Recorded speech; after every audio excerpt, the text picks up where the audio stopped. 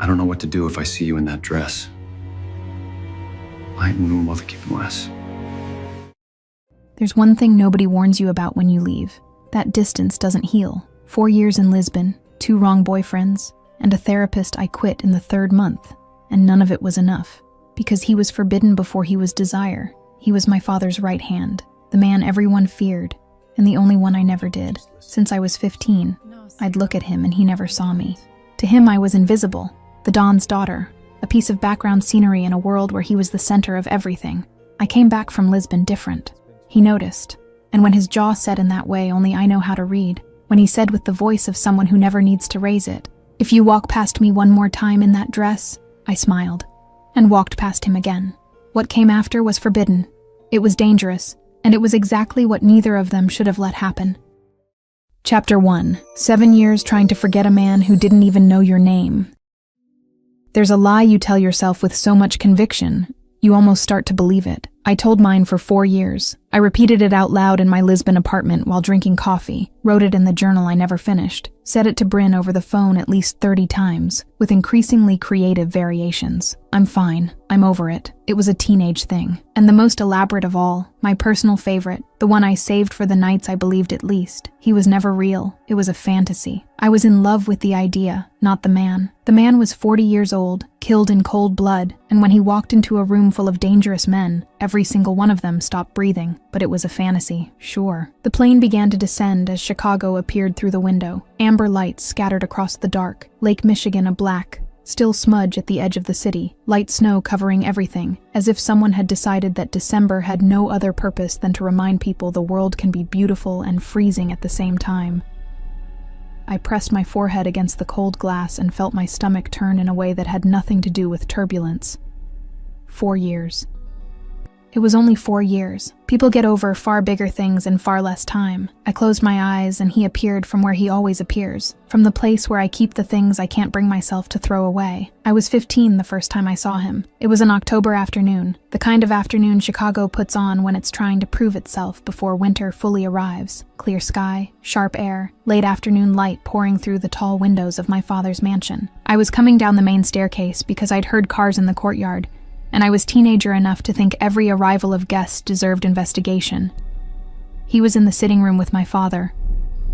It wasn't the first time I'd seen men like that in the mansion. Men in expensive suits with closed-off expressions who never explained what they did, but that everyone knew exactly what they did.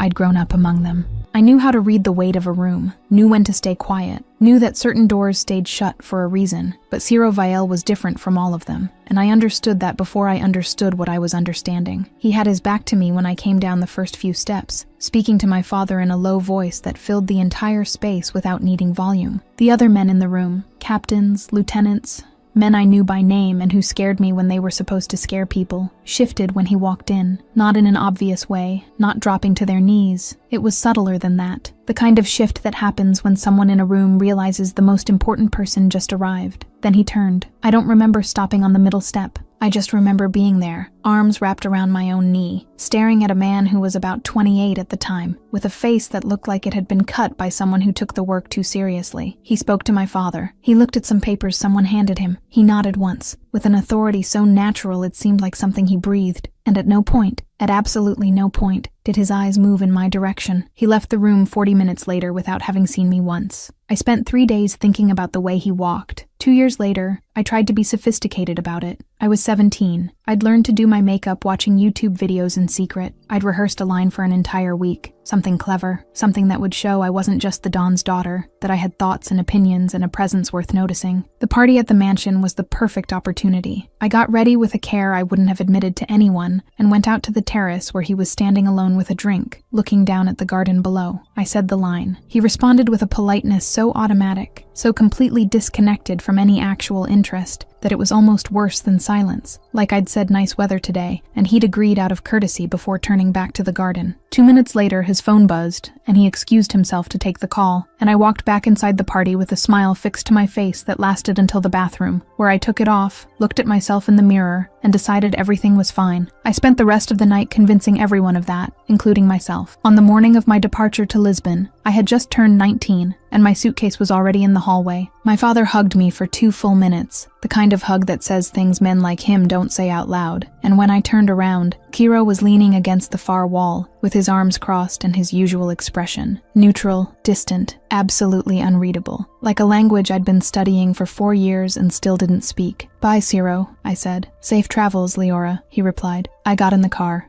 I cried the entire way to the airport with that specific anger of someone who was angry at themselves for crying. I decided, with the clarity of someone who had just been hurt enough to finally learn, that it was the last time. The last tear. The last thought wasted on a man who didn't even know my real name. Safe travels, Leora. Like I was anyone. Now, back in Chicago, the plane landed at 10 p.m., and my father was at arrivals with a volume of emotion on his face that he would never admit to out loud, but that was there in every detail. The way he opened his arms before I even reached him, the hug that lasted longer than the goodbye one, his hand in my hair like when I was little. "You've grown," he said, looking at me. "That's what 4 years tends to do. You're beautiful, my daughter." I smiled for real for the first time since the plane started to descend. In the car, as Chicago passed by the window and light snow covered the North Shore sidewalks, I looked at the profiles of the mansions cut against the dark sky and felt the familiar weight of the city, that specific weight of a place that is dangerous and beautiful at the same time and makes no apologies for being both. "Is Cairo around?" I asked, in the tone of someone making small talk. "Business trip," my father answered, without taking his eyes off the road. "He'll be back tonight." I nodded. I felt relief. I felt disappointment. I hated feeling both at the same time with an intensity that 4 years in Lisbon had clearly not resolved. Bryn, my best friend, showed up 40 minutes after I finished unpacking, with a bottle of red wine and the energy of someone who'd been saving things to say since my last flight. "Have you thought about him since you got off the plane?" was the first thing she asked, after hugging me, as she opened the wine on my desk with the ease of someone who knows the mansion as well as her own house. "No," I said. She looked at me with that specific expression that means try again. "How many times?" "Bryn." "How many times, Leora?" I took the glass she offered. "This conversation is over." "That means at least 10, she said, satisfied, and sat on my bed with her wine as if she'd arrived at a scientific conclusion. "That's fine. You spent 4 years in another country, got your degree, grew up, came back a full-grown woman, and you still thought about him on the plane. That's either a serious problem or a love story for the ages, and in either case I want a front-row seat. You're the worst person in the world. I'm the best. You just can't admit it when you're nervous." I drank my wine and didn't answer because she was right, and we both knew it. The mansion went quiet in layers. First the voices from downstairs, then the footsteps in the hallway, then the specific silence of a big house when everyone's gone to sleep. I stayed up with a book open on my lap without reading a single page, listening to the wind outside and trying not to think about what my father had said in the car. "He'll be back tonight." The sound of an engine in the courtyard came after midnight. I got up without having decided to get up. I walked to the window without having decided to go, and I stood there, looking at the courtyard dusted with light snow, my heart doing that thing I'd spent 4 years trying to train it not to do. The black car stopped at the entrance. He got out, dark suit, the same broad shoulders I remembered, the same way of walking that had become more deliberate over time, more like a man who knows exactly how much weight each step carries. The light snow fell around him, and he didn't look up, didn't look sideways, just walked toward the entrance with that absolute certainty that the world was exactly where he expected it to be. My heart did the goddamn thing. I pulled back from the window before he could look up, pressed my back against the wall, and stood still in the dark of my room, holding the wine that was still in my hand, staring at the ceiling. 4 years. A therapist I quit in the 3rd month. 2 boyfriends who never should have happened. 3 languages and an ocean of distance. And all it took was the sound of a car in the courtyard for me to understand that I was absolutely, irreparably, in the exact same place where I had left. Tomorrow morning, I'd have to go down for breakfast, and he'd be there. Chapter 2. He looked at her like someone who wasn't looking.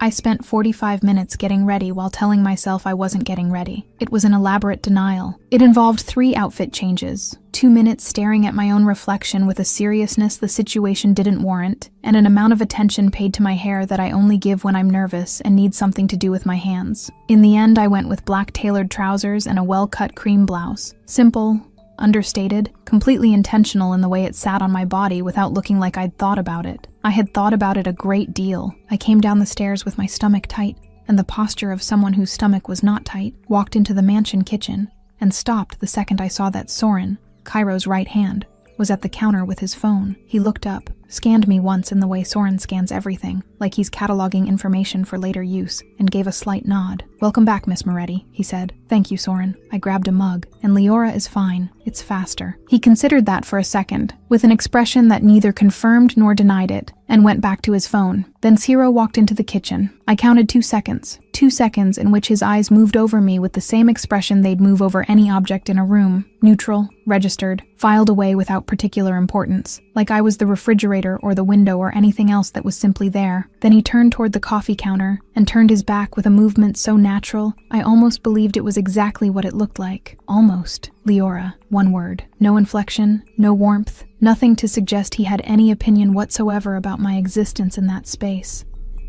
I breathed in slowly in a way I hope looked completely normal. Cairo. I grabbed my mug and filled it with coffee with a calm that cost me more than I care to admit. "You're not even going to ask how Lisbon was? Was it good?" He was still facing away, looking out the window at the snow-covered garden outside. "It was great. Good." Soren had his phone in front of his face, and I would have bet everything I owned that he wasn't reading a single word. My father walked in 2 minutes later with the energy of a man who'd slept well and had a full schedule, kissed my forehead, asked if I'd slept, poured his own coffee, and sat at the table with the morning paper as if the world were exactly what it appeared to be. The conversation was normal, domestic, the kind of breakfast I'd pictured on nights in Lisbon when I missed the mansion. My father asking about school, me telling him Lisbon stories he listened to with real attention, the snow outside, the smell of fresh coffee. And then my father folded the newspaper, looked at Kiro as if he were about to mention something completely obvious, and said, "Leora will be working with you for a while. I need her to learn the real side of the family business, not just the theory from school. There's nobody better to teach her." The silence lasted exactly 2 seconds. Kiro set his mug on the counter with a care that was, in itself,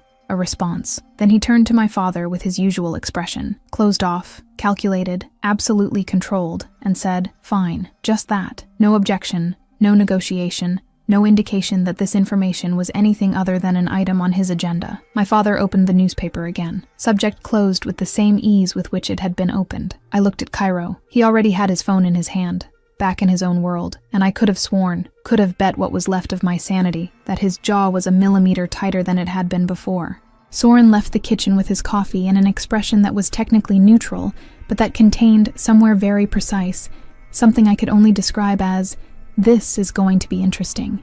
Later, in the hallway leading to the work wing, Kiro stopped and turned to me with the expression of someone who was going to say something exactly once.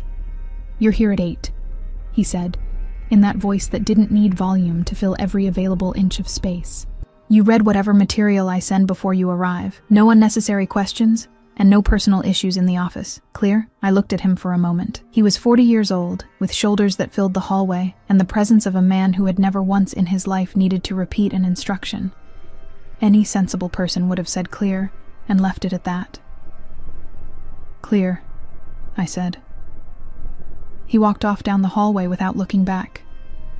I stood there for a second with my arms at my sides, and my heart at a pace I refused to examine, and then, to the completely empty hallway, very quietly, I said, "This man has no idea who he's dealing with." Bryn picked up on the second ring, like she'd been waiting. "How did it go?" she asked, before I even said hello. "He showed nothing," I said, pacing my room with the phone at my ear. "Absolutely nothing." He looked at me like I was the kitchen refrigerator, said my name with zero human inflection, and turned his back to get coffee. "But there's something else. My dad asked me to work with him." A pause on the other end. "You're going to be his assistant?" "I am." "And he showed nothing when he saw you after 4 years?" "Nothing, Bryn. Zero. Like I'd left last week to grab bread." Another pause. Longer this time. "Leora." Her voice had that specific tone of someone who's about to tell a truth the other person didn't ask for but is going to get anyway. Either this man is literally made of stone, which I'm ruling out because nobody walks like that being made of stone, or you're going to break this man in 3 weeks. That's not what's happening. I didn't say it was. I said it's going to happen. Those are different things. I collapsed onto the bed and stared at the ceiling. "You're impossible." "I'm a realist," she said, and I could hear the smile in her voice. "Call me tomorrow after your first day. I want details." That night, well past midnight, I saw the light on in his office through the crack under the door. I should have kept walking. Instead, I stopped and looked. He was at his desk with papers in front of him, pen in hand. At some point, he stopped writing and just sat there staring at the wall with that specific blankness of someone who is thinking about one thing only and would rather not be. Then he went back to the papers as if that pause had never happened. I kept walking down the hallway without making a sound. His coffee was black. I'd known that since I was 17, and I was already thinking about bringing it when I arrived tomorrow, which was either a natural gesture from someone with good manners or the beginning of a problem bigger than I was ready to admit. It was probably both. Chapter 3. Nobody warned you that indifference has a temperature. I arrived at 8 sharp with my tablet, the material red, and his coffee, black, right temperature, the way he'd been drinking it forever, and which I pretended not to remember while ordering it from the kitchen with a naturalness that took some effort. Soren was in the hallway when I entered the work wing. He looked at the coffee in my hand, then at me, and said nothing. But there was a specific quality to that silence that made me want to explain that I was just being considerate, that it didn't mean anything in particular, that anyone would have done the same. I said none of that. I walked into the office, set the coffee on Kiro's desk without a word, and went to my chair. He looked up from the document he was reading, glanced at the coffee, and went back to the document. He didn't ask how I knew. He didn't say thank you. He did absolutely nothing to suggest this was different from any other cup that appeared on his desk every day. After a moment, he picked up the coffee and drank it without taking his eyes off the page. I opened my tablet and got to work, pretending my heart was beating at a completely normal pace. 3 days passed in that rhythm, tense, silent, and productive in a way I hadn't expected. 4 years of business management in Lisbon weren't empty theory, and when Cyro put the real contracts and financial reports in front of me, something inside me woke up with a clarity that even caught me off guard. I read fast, made the right connections, thought 2 steps beyond the document. Cairo didn't comment on any of it. On the second day, Soren appeared in the doorway and said, in the tone of someone making an objective observation about the weather, "She's good," he said to Kiro. Kiro didn't look up from his papers. Soren looked at me with a nearly imperceptible tilt of his head that I read as approval and left. Later from the hallway, was that agreement or resistance? No answer. "Got it," said Soren, in the voice of someone who just had a question answered without a single word being spoken. I looked at the document in front of me and made a reasonably successful effort not to smile. The tension crept in slowly, the way the cold creeps into Chicago. You don't notice the exact moment you cross the line, you just know you're on the other side. On the second day, I slid a contract across the table for him to sign, and my hand passed close to his, with that accidental proximity that isn't quite accidental, but isn't intentional enough to be called anything else. Neither of us looked at our hands, neither of us said anything, but it took me 3 seconds after sitting back down to remember where I was in the contract I'd been reading. On the third day, he leaned over the chair where I was sitting to point something out on a spreadsheet on my screen, and the distance between us shrank to the width of a single breath, the warmth of his arm near my shoulder, his voice low and direct as he walked through the numbers. The subtle cologne I had no right to recognize and recognized anyway. I stared at the screen with a focus that was costing me, and replied about the numbers with a voice that, to my lasting credit, came out completely steady. He pulled back without a word. It took me a good 2 minutes to get my focus back on the spreadsheet. On Thursday, I made a mistake. It wasn't a serious one. It wasn't even conscious. I simply got up that morning, opened my closet, and put on the dress without thinking about what the dress meant, or maybe thinking, but in a layer deep enough to deny with reasonable conviction. It was black, the kind of black that doesn't ask for attention, but commands it. The fitted fabric traced every curve with calculated precision, the hem hitting just at the knee, perfectly balancing what it revealed and what it left to the imagination. The shoulders were bare, and the neckline, a little bolder than I usually allowed myself. I put on a pair of black leather heels, firm and silent. I let my hair down and stood in front of the mirror for 1 second longer than necessary. And then I thought, with an honesty that caught me off guard, yeah, that works. I arrived at the office at 8 sharp as always, set his coffee on the desk, sat in my chair, and opened my tablet. Kiro didn't look up when I walked in. I started working. 30 minutes later, I needed a document from the printer on the other side of the room. I stood up, walked past his desk on the way to the printer. Nothing. Got the document. Walked back to my desk. Nothing. 10 minutes later, I needed a folder from the filing cabinet, which was on the opposite side of the room, on the far side of Jairo's desk, which was an absolute geographical coincidence and nothing more. I stood up, went to the filing cabinet, walked past his desk. If you walk past me one more time in that dress, I stopped. The air in the office changed in a fraction of a second. Denser, quieter, with that specific quality of a space where something had been said that could not be unsaid. I turned slowly. He was still looking at his papers, pen in hand, expression closed as always, shoulders still, absolutely everything about him projecting that the sentence hadn't happened, or that if it had, it was irrelevant. But the pen was still. "What?" I asked, with a voice that, to my eternal credit, came out completely controlled. A pause that lasted exactly long enough for me to understand he was choosing every word with the care of someone diffusing something. Nothing. He turned the page. Get back to work, Miss Moretti. I stood there for a moment,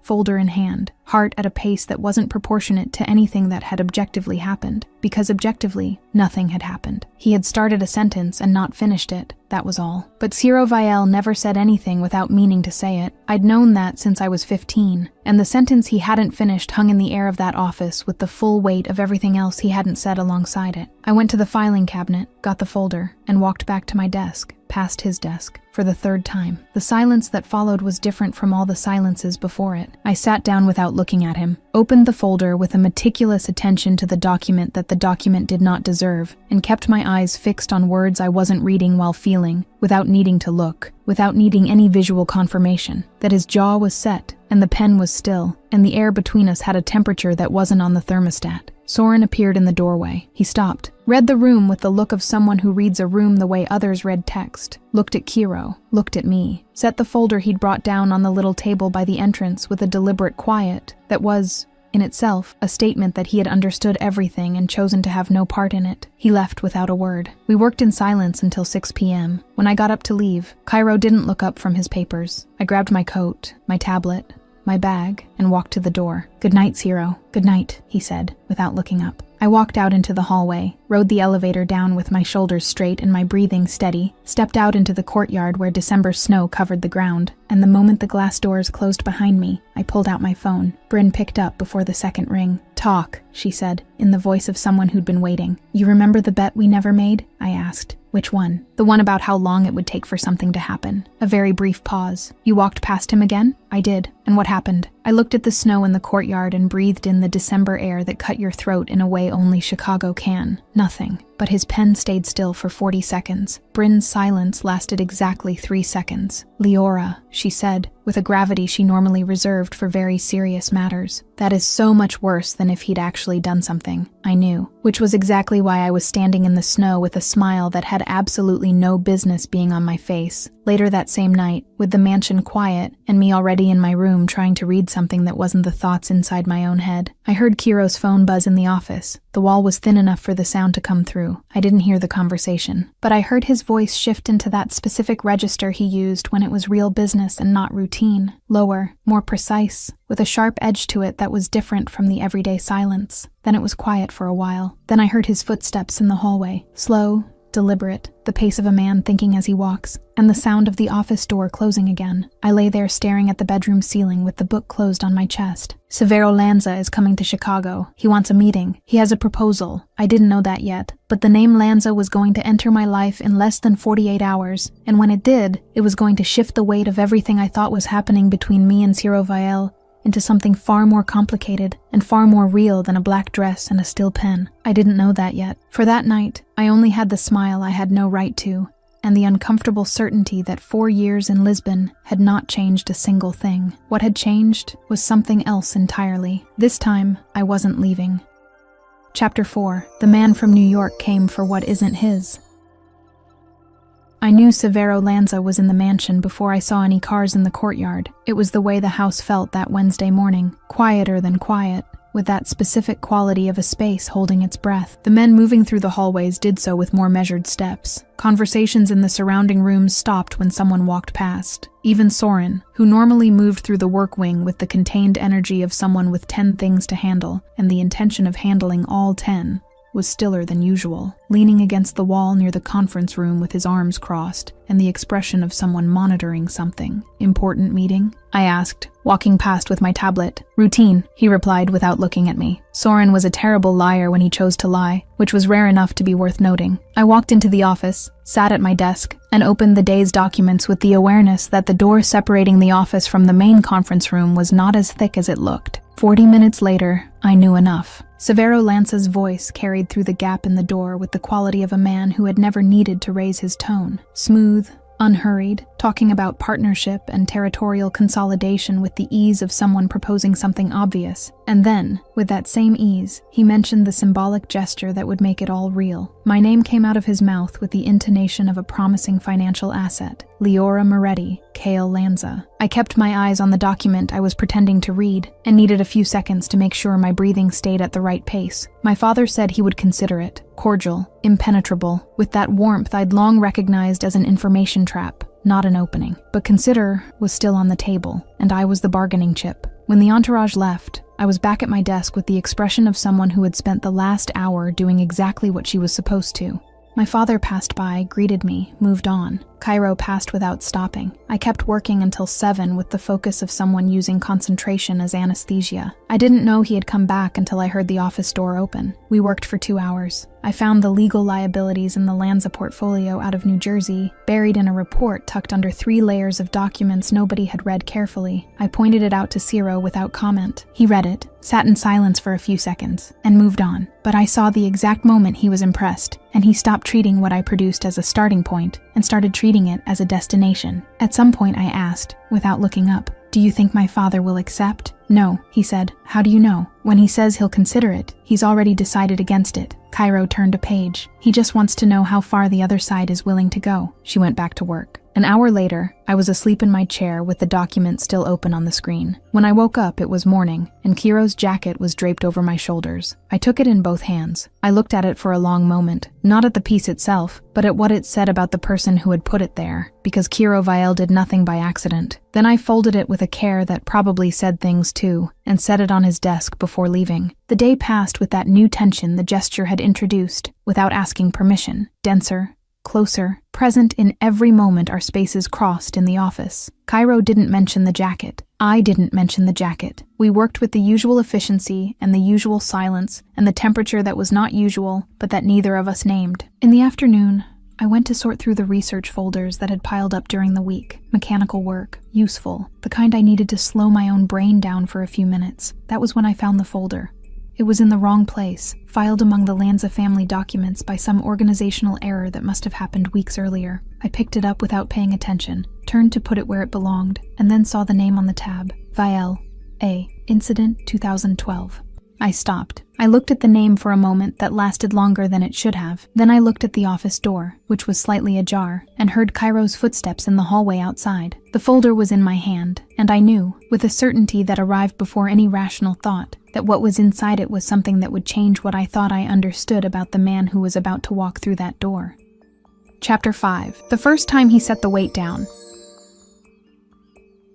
I should have closed the folder. That's the honest part of the story. The part there's no way to dress up with good intentions or innocent curiosity. The folder was in the wrong place by a filing accident. The name on the tab didn't belong to anyone in the Lanza family, and the right thing to do was to set it aside to return it unopened. I opened it. The report was internal, dated November 2012, written in that dry, precise language that documents of that kind use to describe things that no language is dry enough to contain. Aria Vielle, 19 years old, killed in an apartment in Wicker Park during a Lanza family attack, whose actual target was another member of the Moretti organization. Wrong person, wrong place, at the worst possible moment, or the right person for someone looking to hurt someone who wasn't there to be hurt. I read the line twice before I could keep going. C. Vielle was not present. On assignment designated by A. Moretti. No prior communication regarding risk to the address. I closed the folder. I stood there holding it, the office silent around me, and understood all at once and without gentleness every small thing I'd observed about him without being able to place. The absolute code of honor that seemed built on something that hurt. The loyalty that had the texture of penance. The inability to let anything matter too much. It wasn't the coldness of a man who had never felt. It was the coldness of a man who had felt once, in a way that couldn't be undone, and had decided he wasn't going to feel again. Kiro's footsteps stopped in the doorway. He saw the folder before he saw my expression. The recognition moved across his face like an electric current. Fast, involuntary, the only truly unguarded moment I had seen from him since I came back. Then it closed off again, so quickly I almost doubted I'd seen it. "Give that back," he said. His voice was low, careful, with that specific quality of something being held in place by force. Kiro, just his name. No accusation, no pity. None of the things that were probably the reason he had never told this to anyone. He stopped in the middle of the office,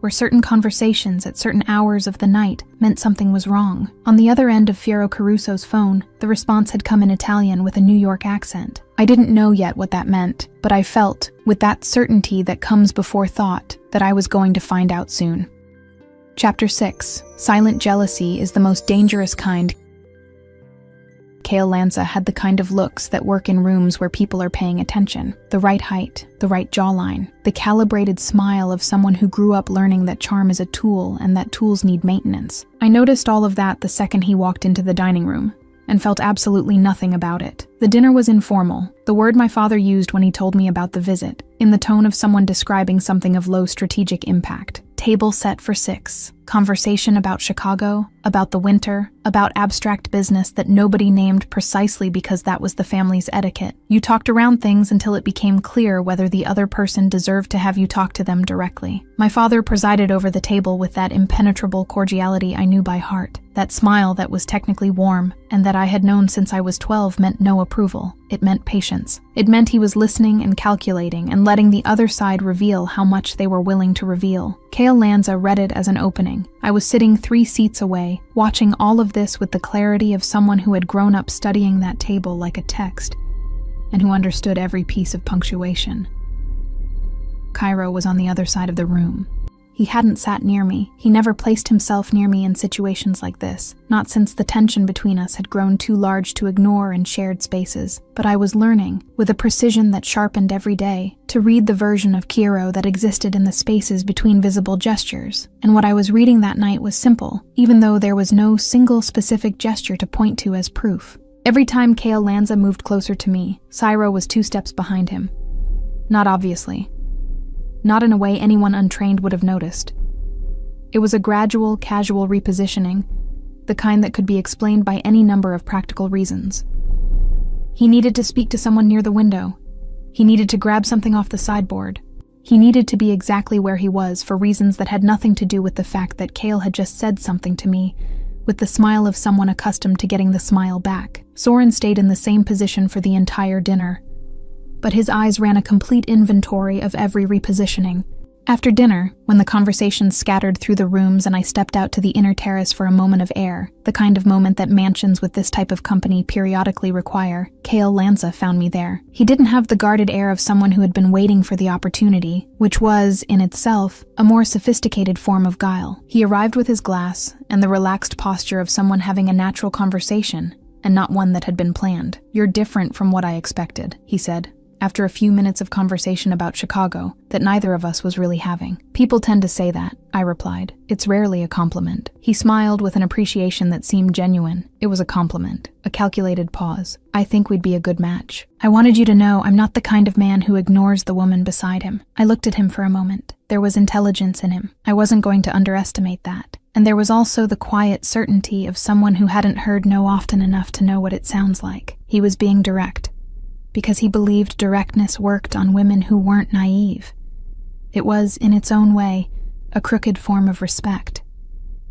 "My father is evaluating a business proposal," I said, in the same tone. "I'm not a clause in the contract. With all due respect," he said without losing the smile, "in my father's proposal, that's exactly what you are. Then you should talk to him." "I already have." He tilted his head slightly. "I came to talk to you." I opened my mouth to respond. "Lanza." The voice came from the entrance to the terrace with that specific quality, low, precise, not a single unnecessary decibel, and not a single ounce of missing weight, that I had learned to recognize as the version of Cairo, who was being very careful not to be what he was. Ciro was at the entrance with his arms at his sides in a 0-degree expression. He wasn't looking at me. He was looking at Kale with that motionless attention that in other men would be called hostility, and in him was simply presence. The presence of someone who had decided that a specific thing was going to end right now. "Your father is asking for you inside," he said. Kale looked at Cairo, looked at me, read the room with the competence of someone trained to read rooms, and reached a conclusion he kept to himself without comment. He gave me a slight nod with an elegance I recognized as strategic, not defeat, postponement, and left. Cairo didn't move from the entrance. We were alone on the terrace with the snow outside and the quiet of the night around us, and I turned to face him knowing this conversation was going to be different from the others. "You were listening," I said. "I was walking by, of course." I crossed my arms, and if I were open to his proposal. The pause that followed held inside it everything he kept controlled throughout the day. I could see the effort, could see the layer of containment he was applying over what was underneath. And there was something simultaneously frustrating and absolutely devastating about watching such a powerful man work so hard not to be what he was. "If you push me again," he started, his voice in that low register I had learned to recognize as the edge of his composure. I raised my chin. "You'll do what?" 2 steps. The distance between us disappeared in a way that couldn't have been accidental, and when he stopped, he was close enough that neither of us could pretend it was neutrality. "You're not the least bit afraid of me." It wasn't a complaint. It wasn't admiration. It was something in between. The observation of a man who had found something he didn't know how to file away, and was, for the first time, admitting it out loud. "I never was," I said. "Not since I was 15. He looked at me with that motionless intensity that was, now that I knew how to read it, the most honest version of him. Not the look of someone assessing a threat, the look of someone seeing something for the first time after having stood in front of it for a very long time. Leora, just the name, but with a weight that 7 years of safe travels had never carried. A weight that was recognition, the kind that happens when someone stops pretending they aren't looking. I was about to respond when the terrace door swung open with a force that wasn't urgency, but contained urgency within it. Soren. He took us in for a fraction of a second, registered the distance, registered the air between us, registered everything with the efficiency of someone who catalogs information faster than he processes it, and then his face took on that specific flatness that meant what he had to say was more important than what he was seeing. "Fierro," he said, directly to Cairo. We pulled his phone. "He's been passing information to Lanza for 3 months. The air on the terrace changed in an instant. I felt the shift before I saw it. That specific temperature a room takes on when something serious enters it. And then I saw it. Cairo turned, and the version of him who had been standing too close to me with my name in his voice, and the look that finally admitted something simply vanished. What remained in its place was the heir to the throne, cold, exact, with that quality of stillness before movement that I'd seen from him once or twice, and that reminded me of animals that are most dangerous, exactly when they stop moving. "Stay here," he said to me. It wasn't a request. I stayed.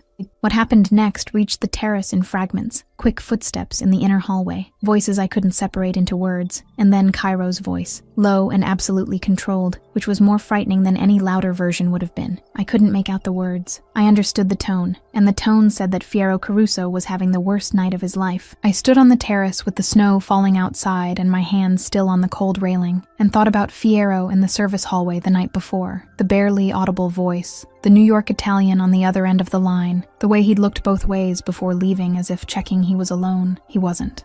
Later, when the mansion had processed what had happened, and the footsteps had redistributed through the hallways with that quiet reorganization that follows when an internal threat has been contained, I stayed on the terrace because I wasn't quite sure where else to go. I heard Soren come up alongside Ciro in the inner hallway, on the other side of the glass door. I didn't catch the beginning of the conversation, only the moment Soren said his name, with that rare quality of someone who uses a name because the subject warrants it. "Ciro," a pause. "Are you going to spend the rest of your life pretending this doesn't exist?" The silence that followed lasted long enough for me to know that Ciro didn't have a ready answer, which was, in itself, an answer. "Aurelio." His voice was different, lower, with a layer to it I hadn't heard before. "I didn't ask about Aurelio," Soren said, with the patience of someone who had been waiting for this conversation longer than necessary. More silence. Then I heard Ciro's footsteps, slow, deliberate, moving toward the terrace door. I stayed facing the snow-covered garden and didn't turn. And when the door opened behind me, and the warmth of the hallway came in with him into the cold December air, I took a deep breath and waited. Chapter 7. The first time he came to her with no excuse at all. I didn't turn around when he opened the door. I stayed facing the garden with my hands on the cold railing, and my heart at a pace I wasn't going to describe to anyone. And I heard his footsteps on the terrace, slow, deliberate, stopping 2 meters behind me with that stillness that was the most honest version of Ciro Vile I knew. The snow fell with that specific lightness of December in Chicago, thin and quiet, covering the garden in a layer that erased the edges of everything and made the world look like a simpler version of itself. I heard his breathing behind me. I heard the silence he was using to organize what he was going to say, and I waited with the patience of someone who had waited 7 years and could wait another 2 minutes. "I don't have the right answer for this," he said. His voice was different. Not the office voice, not the meeting voice, not that low, precise voice he used when he was being the heir to the Moretti family throne. It was something else, more direct, more exposed, with the specific quality of someone who had taken off armor they were used to wearing and was discovering in real time what was underneath. "I can't promise it'll be simple." A pause. "Exactly the right size, but you're right. I've already fallen." I sat with those words in the air between us and the snow falling outside, and 7 years of a love I had tried to bury on 3 continents, coming back with an intensity that was costing me to keep my voice controlled. It took you 4 years, 3 walks past you in a dress, and a jacket you put on my shoulders at 3 in the morning to get here? I asked, to the garden. The silence that followed held inside it something I had never felt in any of Kiroval's silences. A small lightness, almost imperceptible, like a crack in a wall that had always been solid. Maybe I needed all 3, he said. I turned. He was 2 meters away, as I knew, with the light snow falling around him, and the expression of a man who had finally stopped fighting what he wanted. There was no visible armor. There was no rank, no code, no 20 years of loyalty built on guilt. There was a 40-year-old man on a terrace in December who had just told the truth out loud for the first time and was finding out he hadn't crumbled. I took a step. He didn't move back. I took another, and the space between us shrank to a single breath. And then his hand came up.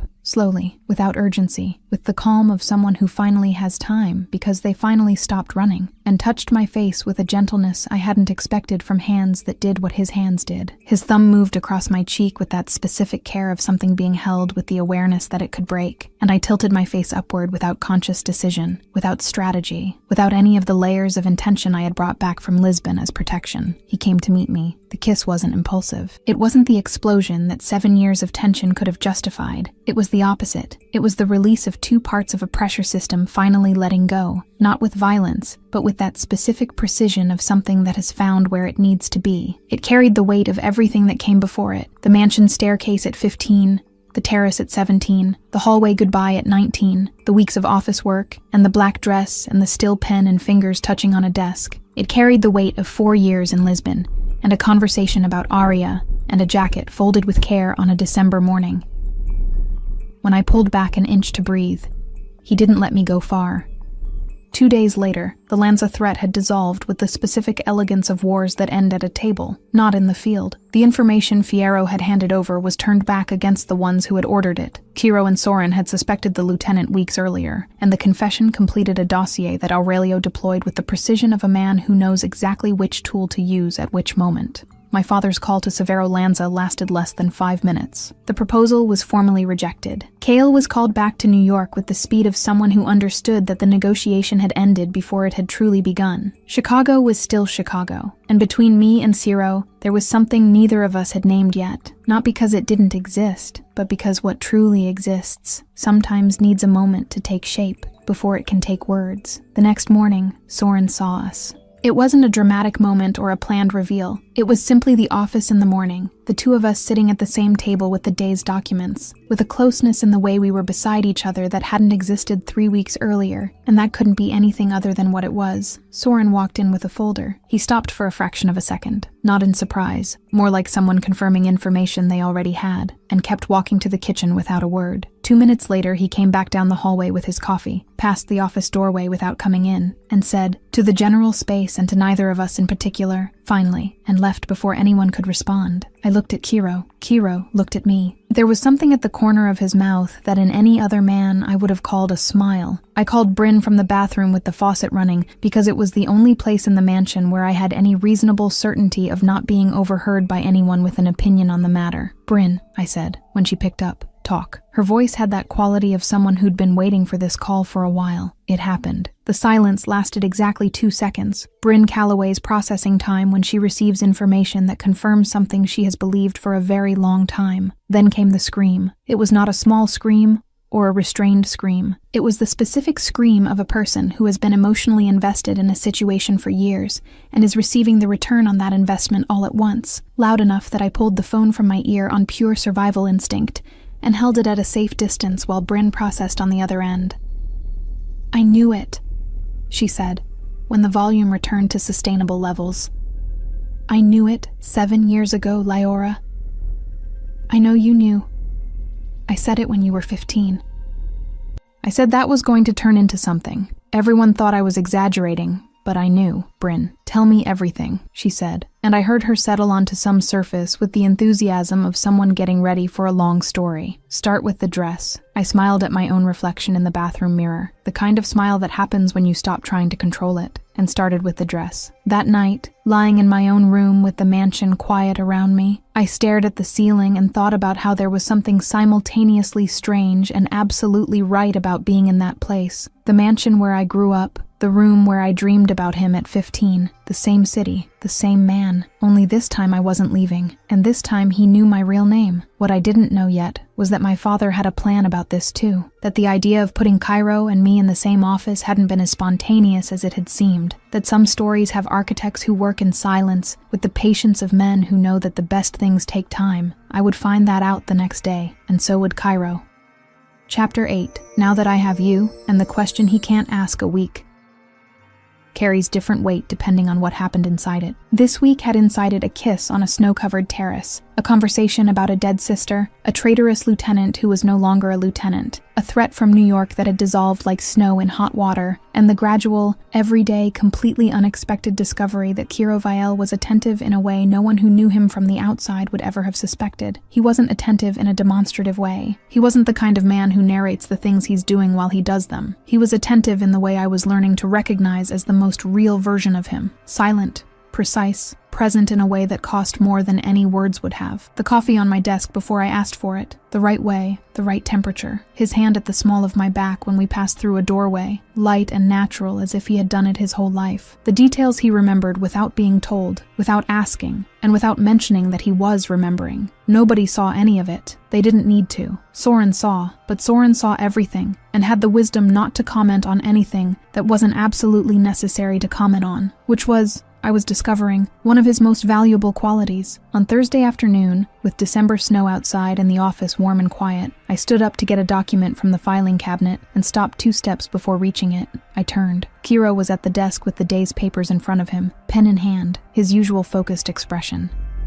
He hadn't looked up when I stood. "You never told me how the sentence ended," I said. He raised his eyes from the papers with that slowness that was, I had learned, proportional to how much what I had just said was occupying the attention he was pretending to give the document. "You don't want to know," he said, his voice flat. "I think I do. Leora, Kiro." I took a step, and the smile on my face was conscious and completely intentional, and neither of us had the slightest illusion about that. "You'll do what?" He set the pen on the desk with that specific care of someone making a decision. Then he stood, slowly, with that precision of movement I had catalogued since I was 15, and which still, after all those weeks of office work and tension and closeness, had the same effect on my ability to breathe normally. When he was on his feet, the space between us was 1 breath wide. "If you push me one more time," he started, in that low register I now knew well. This time he didn't stop at the sentence. His hand went to my chin with that exact pressure, firm, deliberate, without the hesitation that had been there on the terrace, because the hesitation had stayed outside with the snow. And when he looked at me up close, at a distance of inches, with those eyes I had spent 7 years trying to read from across the room, what I saw was not the heir to the throne or the most feared man in Chicago,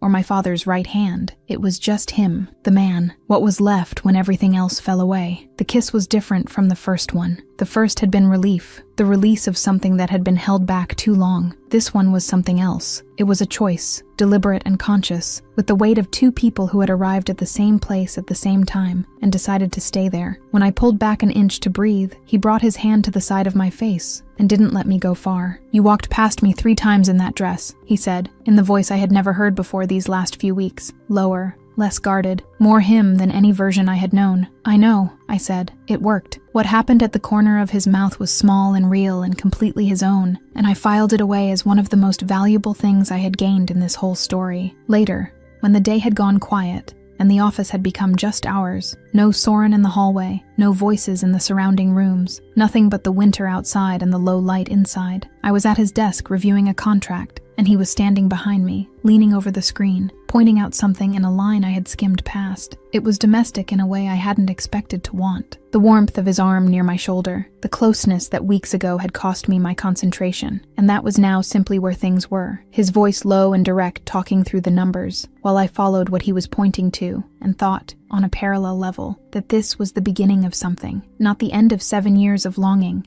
but the beginning of everything that came after. I said, without thinking, Because the most honest things come out when your guard is somewhere else. I've been in love with you since I was 15. He went still. Not the still of surprise, or the still of someone who didn't know what to do with the information. The still of someone who heard something land in a place that had been waiting for it without knowing it was waiting. I noticed the silence and looked up from the screen. He was looking at me with that open expression, the rarest of his versions, the one I had first seen in the conversation about Arya, and that still took my breath away every time it appeared. "I know," he said. His voice was quiet, with that quality of something being said from the inside out, rather than the outside in. I didn't know, but I suspected. A small pause, exactly the right size. It took me too long to see what was right in front of me. I was about to respond when the office door opened. My father walked into the office hundreds of times without warning, because the office was as much his as it was Kiro's, and because there was never any reason for prior notice. I knew that. Kiro knew that. And still, when the door opened and my father stopped 2 steps past the threshold and saw the position we were in, Kiro standing behind me, a closeness that couldn't be read as neutral, the intimacy of 2 bodies that already knew each other up close, my stomach turned in a way that wasn't pleasant. I opened my mouth. My father raised a hand, slowly, with the calm of someone who doesn't need urgency because he has control of the situation. The gesture of a Don who is conducting, not reacting. Silence. Then he looked at Kiro and smiled. Not the negotiation smile or the strategic cordiality smile I had studied for decades. The real one. Small, satisfied, with that specific quality of a man who waited for something with the patience of someone who knew it was coming and is now receiving confirmation that he calculated correctly. "Took longer than I expected," he said, in the tone of someone making an observation about the weather. I was starting to lose my patience. Kiro and I exchanged a look that contained, in the 2 seconds it lasted, a complete review of the past few weeks, under a light that shifted the angle of everything. "You knew?" I asked. My father looked at me with the expression of someone trying to be patient with a person who should have reached that conclusion on their own. "Leora, I brought you back from Lisbon and put you inside his office." A calculated pause. I thought it would be faster. Soren appeared in the doorway behind my father with a folder in his hand and an expression that said, with the full eloquence of silence, that he also hadn't known this, which was, given that Soren knew everything, a meaningful piece of information about how deeply my father was capable of operating on levels no one else could reach. My father crossed the office. He stopped in front of Kiro, and the 2 of them looked at each other with the weight of 20 years of friendship and loyalty, and everything that didn't need words because it had already been built in action over 2 decades. "You're the only man in this world I trust with my life," my father said, his hand on Kiro's shoulder, with that firmness that was his most paternal and most Don version at the same time. "And now you're going to be the only man I trust with hers." A pause that carried exactly the weight it needed to carry. "There's no going back from this, Kiro. There's no graceful exit from here." Syro looked at him for a moment. "I don't want one."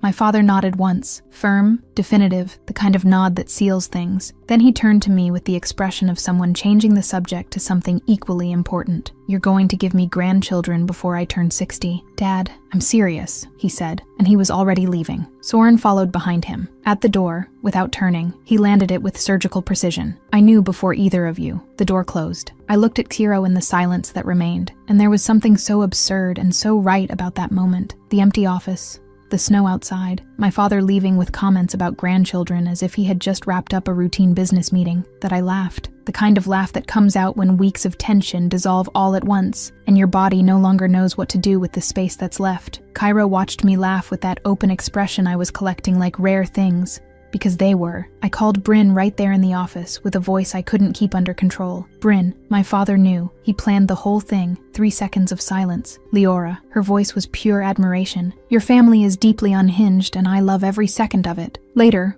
with the mansion going quiet in layers and Kiro in the hallway processing the night, I came downstairs with his jacket over my shoulders, because I had left mine in the car, and he hadn't said a word, just put it there, with that quiet way of taking care that was his most him version of anything. I walked down the hallway wearing that jacket, and a smile I wasn't trying to hide from anyone. I heard her footsteps fade away downstairs and stood still in the hallway, surrounded by the silence of the night. For the first time in 20 years, I didn't feel the code as a chain.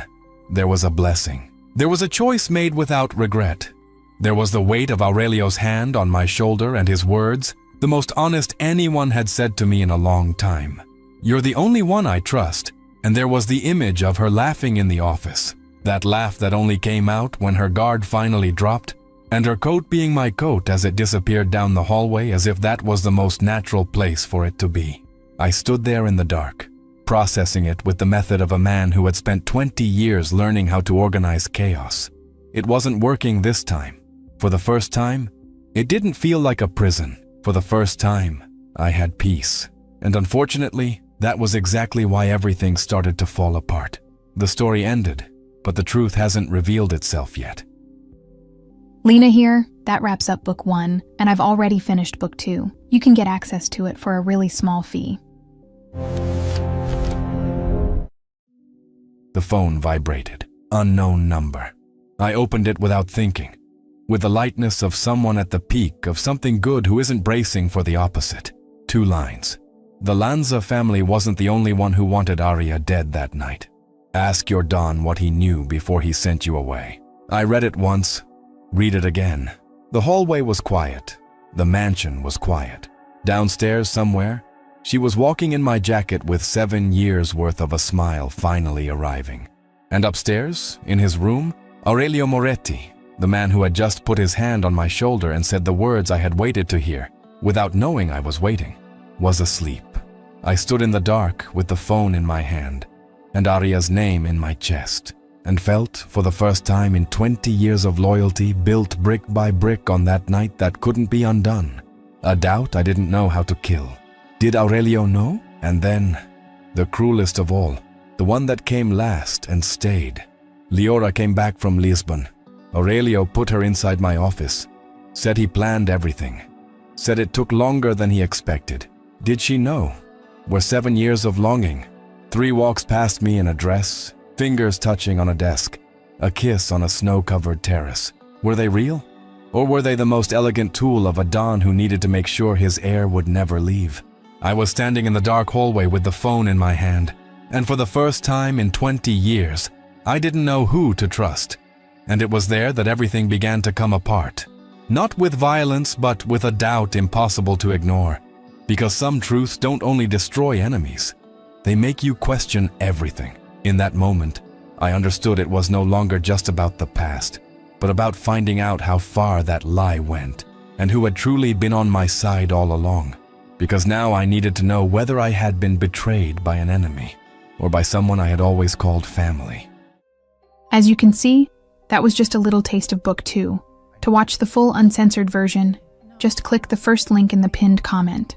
I'll see you on the other side in just a few seconds. Just a reminder, click that first link down in the comments, and the complete book 2, ad-free and uninterrupted, will be waiting for you. It's that simple. I'm absolutely loving working on book 2. And since you guys are loving it too, I promise there's more to come.